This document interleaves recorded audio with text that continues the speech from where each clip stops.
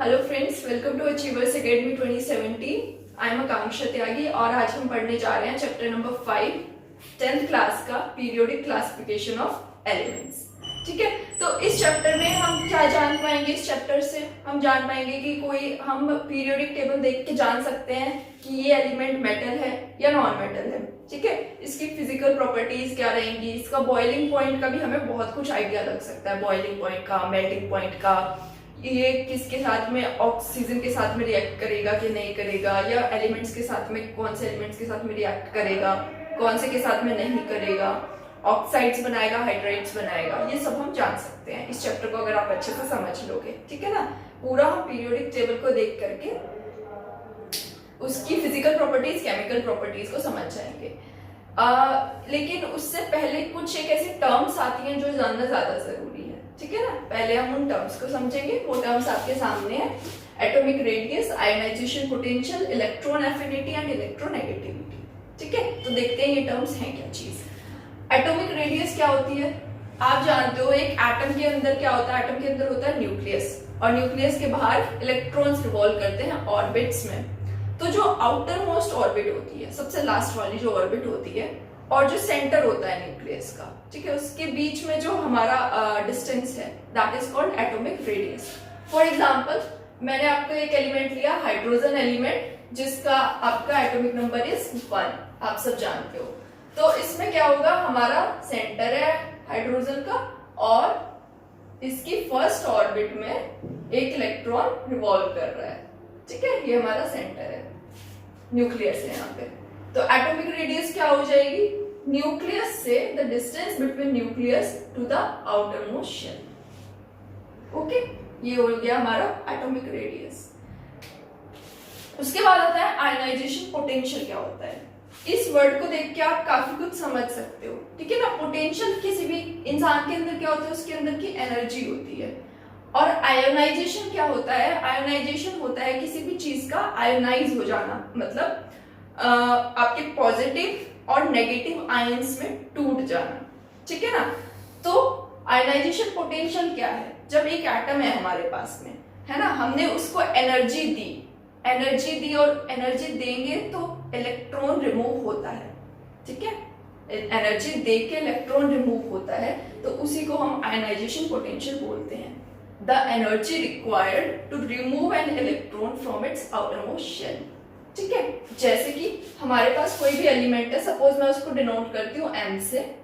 ठीक है,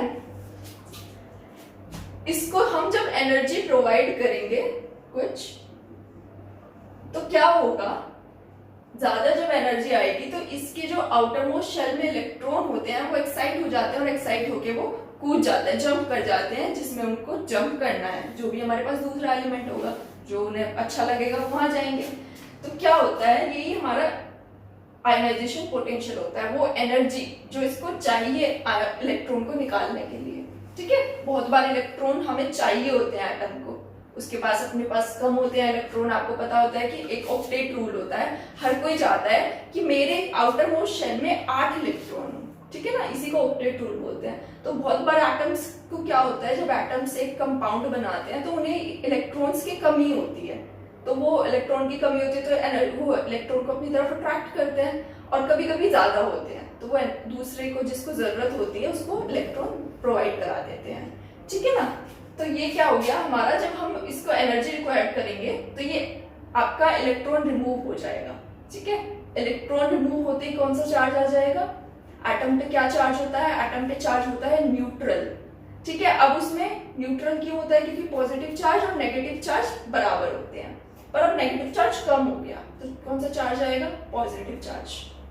सो M positive. यही आयोनाइजेशन पोटेंशियल होता है, एनर्जी रिक्वायर्ड। ठीक है, इसका थोड़ा सा ऑपोजिट हो जाता है हमारा इलेक्ट्रॉन एफिनिटी। इसमें हम इलेक्ट्रॉन को जंप करा रहे हैं, लेकिन इसमें इलेक्ट्रॉन के लिए उसको एफिनिटी है, उसको इलेक्ट्रॉन की जरूरत है हमारे एलिमेंट को।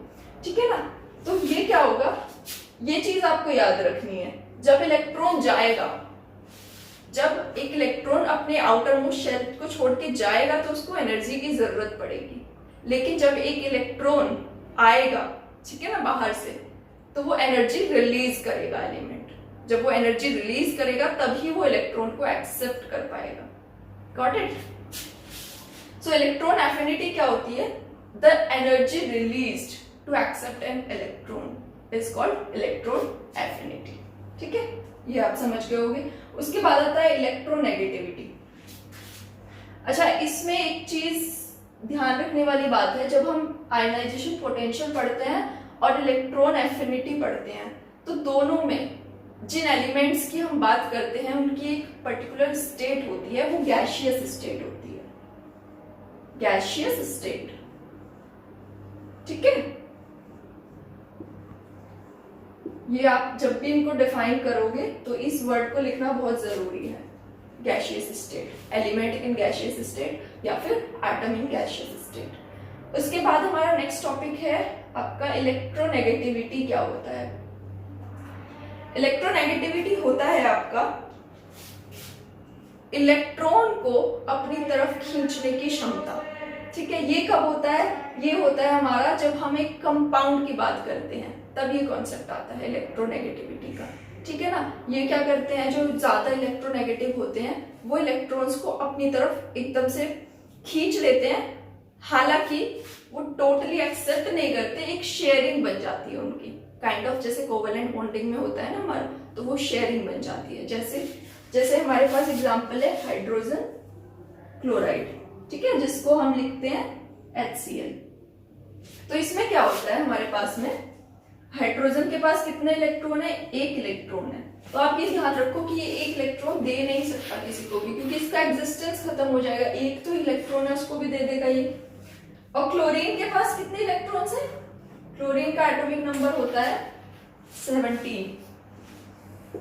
ठीक है, इसकी आपको इलेक्ट्रॉनिक कॉन्फ़िगरेशन होती है, इसके केस शेल में होते हैं 2 इलेक्ट्रॉन्स, L में 8 और M में 7।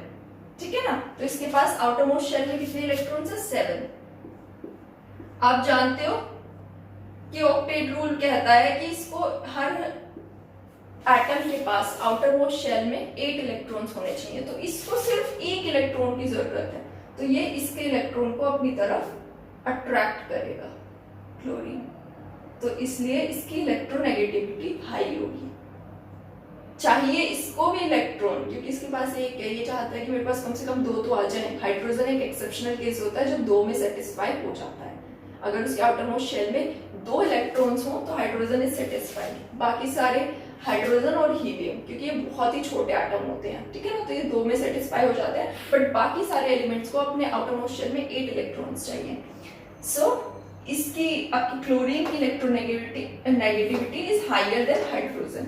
ठीक है ना, तो इससे हम जान सकते हैं आपका कि इलेक्ट्रोनेगेटिविटी कैसी रहेगी पीरियड्स में, ग्रुप्स में, जब आप पीरियोडिक क्लासिफिकेशन पढ़ोगे इसका चैप्टर नंबर 5 में पीरियोडिक टेबल को। बस आपका इसमें अब एक और टर्म रह जाती है, मेटल और नॉन मेटल। ठीक है ना, कि हम मेटल किसको कहेंगे और नॉन मेटल किसको कहेंगे। मेटल हम कहेंगे जो इलेक्ट्रॉन को देने की क्षमता रखता है, that can donate an electron, और नॉन मेटल को क्या होता है, नॉन मेटल को इलेक्ट्रॉन्स चाहिए, ठीक है, दैट रिक्वायर्स। तो that is difference between metal और नॉन मेटल।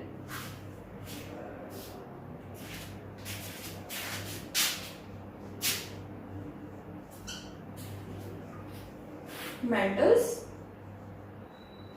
डोनेट करते हैं, ये donate an electron, donate electron, और आई थिंक आप नॉन मेटल समझ गए होगे, ये एक्सेप्ट करते हैं। ठीक है ना, इन्हें इलेक्ट्रॉन्स की जरूरत होती है।